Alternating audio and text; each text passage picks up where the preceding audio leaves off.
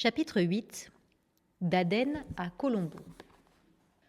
À bord d'un grand bateau, je rejoignis le rivage avec une demi-douzaine de compagnons qui, comme moi, se sentaient de taille à affronter le soleil. Les 4 rameurs étaient des noirs aux membres fins et musclés qui faisaient montre d'un inépuisable sens de l'humour. Ils avaient, comme tous les habitants d'Aden, des dents extrêmement blanches. Était-ce grâce aux soins qu'ils prenaient d'eux-mêmes ou à leur méthode singulière ? De certains endroits, impossible de dire où précisément, puisque je n'ai rien vu qui pousse à Aden, ils arrachent des branches d'un bois doux et fibreux qu'ils détaillent en tronçons mesurant 7 à 10 cm. Avec l'extrémité d'un de ces bâtons débarrassé de son écorce, ils frottent leurs dents qui se révèlent peu après parfaitement blanches. Le bois est réduit à une simple pulpe, mais, comme 12 de ces morceaux ne sont vendus qu'un penny, on peut se permettre de les jeter après utilisation. Mais rien n'interdit de s'en servir plusieurs fois. J'en ai acheté quelques-uns et ils sont en effet plus efficaces et agréables qu'une brosse à dents. Il est fort regrettable qu'aucune entreprise n'ait eu l'idée d'en importer en Amérique pour remplacer ces brosses qui nous blessent si souvent les gencives. Le propriétaire du bateau qui nous conduisait au rivage était un petit homme aux jambes noueuses. On aurait dit des harengs séchés tant elles étaient noires, sèches et plates. Il portait à son cou des colliers entortillés de perles noires, dorées et argentées, qui recouvraient sa poitrine nue. Sa taille était ceinte d'une écharpe bariolée et ses pieds et ses poignets couverts de joncs, tandis que ses doigts et ses orteils semblaient concourir pour le plus grand nombre de bagues. Il parlait un anglais fort correct, et lorsque je lui demandai effrontément combien il avait d'enfants, il me répondit qu'il avait 3 épouses, qu'il lui avait donné 11 enfants, un nombre, ajouta-t-il pieusement, qu'il espérait accroître par la grâce de sa foi. Ses cheveux étaient presque jaunes, ce qui, en plus de sa tenue légère, lui donnait une allure des plus étranges. Ses cheveux clairs et sa peau noire formaient un contraste plus saisissant encore que les cheveux blonds et les yeux noirs qui firent sensation en Amérique il y a quelques années, mais dont l'originalité s'est fortement émoussée depuis. Les cheveux des bateliers étaient plaqués sur leur crâne et recouverts d'une fine couche de pulpe de citron. Je fus très intriguée jusqu'à ce que le propriétaire m'explique que c'était ainsi que les hommes d'Aden blondissaient. Ils s'enduisaient le crâne de citron et au fil des jours, exposés au soleil et à l'eau salée, leur chevelure prenait des teintes claires ou rousses. Cet engouement pour la décoloration, m'apprit-il également, était réservé aux hommes. Jusqu'à ce jour, aucune femme n'avait essayé de rehausser sa beauté d'ébène de cette manière. Les hommes, eux, semblaient très fiers de leur trouvaille. Tandis que nous bavardions, un homme chantait avec entrain un air dont le refrain était repris en chœur par ses compagnons. Leur voix était plutôt agréable et la chanson avait un rythme monotone presque envoûtant. Nous accostâmes sur une jolie et solide jetée et parcourûmes les larges dalles de pierre blanche jusqu'au quai. Nous fûmes assaillis par des noirs à moitié nus qui, à la manière des chauffeurs de taxi dans les gares, nous interpellaient. Ce n'étaient pas tous des conducteurs cependant. Il y avait aussi des marchands de bijoux, des propriétaires d'hôtels, des mendiants, des infirmes et des guides. Tous tentaient d'attirer notre attention jusqu'à ce qu'un policeman arborant l'uniforme de la reine s'avance et les repousse, lançant ici ou là un coup de pied pour accélérer le mouvement. Bien en vue à l'entrée du port était accroché un large panneau où étaient inscrits les tarifs habituels des conducteurs, bateliers, etc. C'était une attention fort louable, car il prévenait les escroqueries. J'y jetai un œil et songeai que, même dans ce pays, on prenait plus de précautions pour protéger les touristes naïfs et sans défense qu'à New York, où il est de tradition pour les bandits de la nuit de demander des sommes d'argent prohibitives et d'en venir au point quand on les leur refuse. Perché sur les hauteurs de cette morne montagne se trouve un majestueux bâtiment blanc auquel on accède par une route taillée dans la pierre. C'est un clubhouse, construit par les soldats anglais stationnés dans cette région aride. Un navire de guerre est appareillé dans le port et quasiment au niveau de la mer, une myriade de tentes blanches est plantée pour accueillir les soldats. Au sommet de la montagne noire et rocailleuse, probablement 500 mètres au-dessus, flotte le drapeau britannique. Pendant mon voyage, et en réalisant que les Anglais se sont emparés de la quasi-totalité, pour ne pas dire la totalité des ports stratégiques, j'ai éprouvé énormément de respect pour leur intelligence et pour la fierté qu'inspire ce drapeau régnant sur tant de cieux et de nationalités différentes. Non loin du port étaient établies des échoppes tenues par des Perses. On y trouve également un hôtel, un service postal et un bureau télégraphique. La ville d'Aden se trouve à quelques 8 kilomètres de là. Nous louâmes une voiture à chevaux et nous nous engageâmes sur une route large et lisse, longeant une plage passant devant une enfilade de maisons aux toits bas, dans lesquelles vivaient des gens misérables et crasseux. La route passait également devant un grand cimetière déjà fort rempli, qui ne déparait pas de son environnement. Désolé, obscur et nu, les pierres tombales consistant souvent en de simples pavés. Les routes d'Aden, larges et solides comme du bois, sont un délice. Alors qu'elles s'élèvent dans la montagne, elles dessinent d'agréables courbes et virages, mais de hauts murets empêchent toute mauvaise surprise.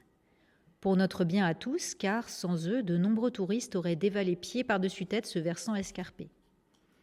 Juste avant d'amorcer notre descente, nous surprîmes un homme noir en pleine prière. Il était agenouillé au centre d'une petite place entourée de rochers. Son visage était tourné vers le ciel, indifférent à tout sauf à la puissance face à laquelle il exposait son âme avec une ferveur et une émotion qui imposaient le respect, même chez ceux qui le considéraient comme un infidèle. Je supposais qu'il s'agissait d'un adorateur du soleil, à sa façon d'avoir constamment le visage levé vers les cieux, sauf quand il se penchait pour embrasser le sol sur lequel il était agenouillé. Nous croisâmes des hommes de différentes tribus. Je vis également des femmes qui cheminaient fièrement pieds nus sur la route. Leur chevelure d'ébène était rehaussée d'une longue plume teinte en rouge ou vert ou violet. Leur seul accessoire était cette plume colorée qui leur donnait un air noble à côté des habitantes de la ville couverte de pierreries. Elles ne portaient que cela, c'est vrai, mais dans un endroit aussi chaud qu'Aden, les bijoux sont bien assez à porter. J'étais véritablement charmée à la vue de ces créatures splendides, vêtues de légères pièces de soie ceintes à la taille qui leur arrivaient aux genoux. Une extrémité de l'étoffe était ramenée dans le dos et leur couvrait le buste. Autour de leurs bras nus et de leurs chevilles, elles portaient de lourdes enfilades de bracelets et leurs doigts et orteils étincelaient de bagues. Leur nez était parfois orné de larges boucles, tout comme leurs oreilles si chargées qu'on les aurait crues bordées d'or. Une coquetterie plus élégante consistait en un petit point d'or planté dans une narine et relié à un anneau accroché à l'oreille. Mais cela étirait le lobe qui tombait si bas qu'il reposait presque sur l'épaule. Au sommet de la montagne, nous découvrîmes une superbe porte en pierre qui marquait l'entrée du fort anglais.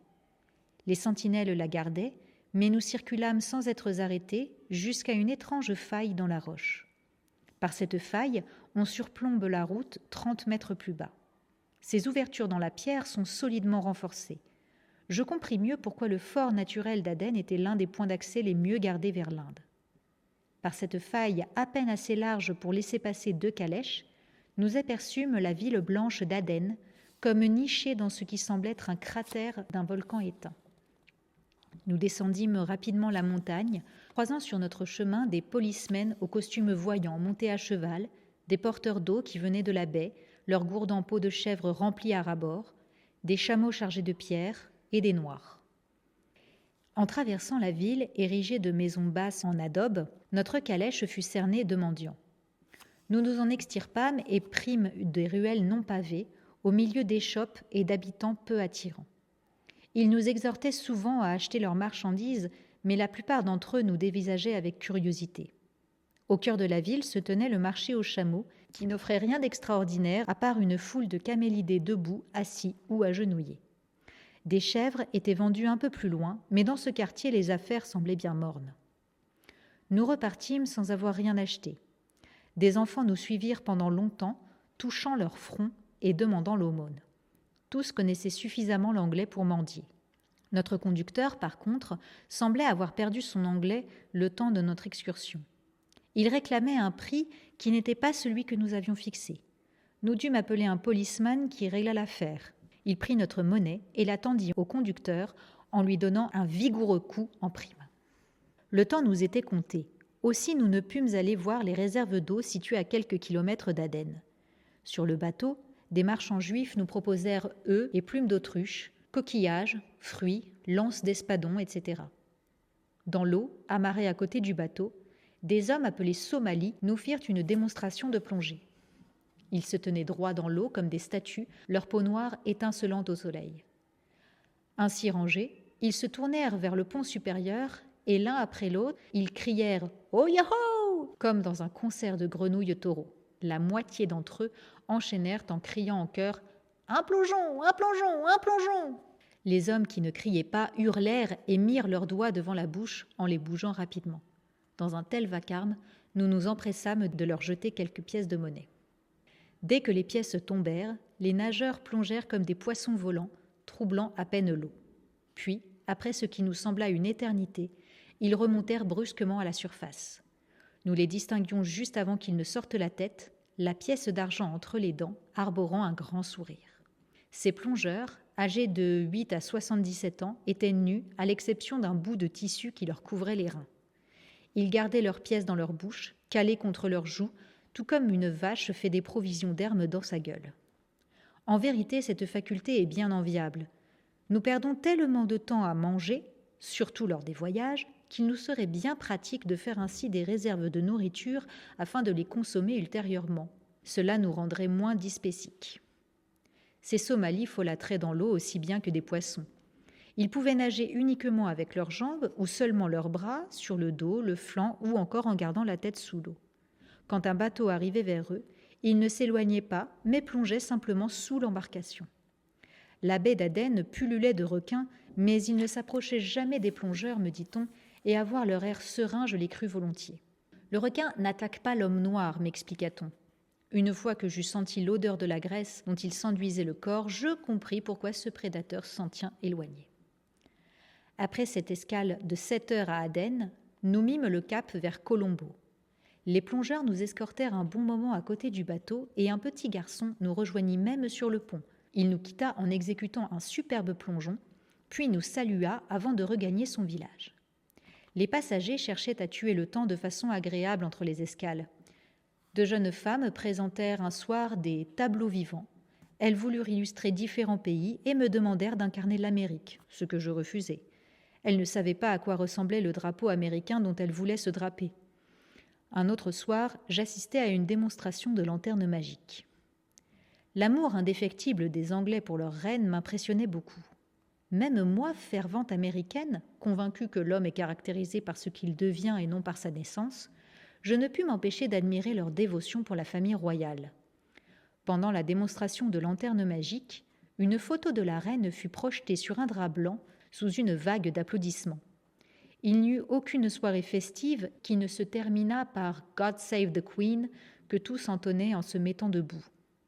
Avec de si fidèles sujets, cette femme, car c'est une femme avant tout, doit être extrêmement dévouée à la défense de leurs intérêts. Cette pensée me ramena à ma condition d'Américaine, car moi, femme libre née dans le plus grand pays du monde, je ne peux vénérer avec autant d'amour nos dirigeants. Je ne peux que célébrer les 2 pères fondateurs de notre nation, George Washington et Abraham Lincoln.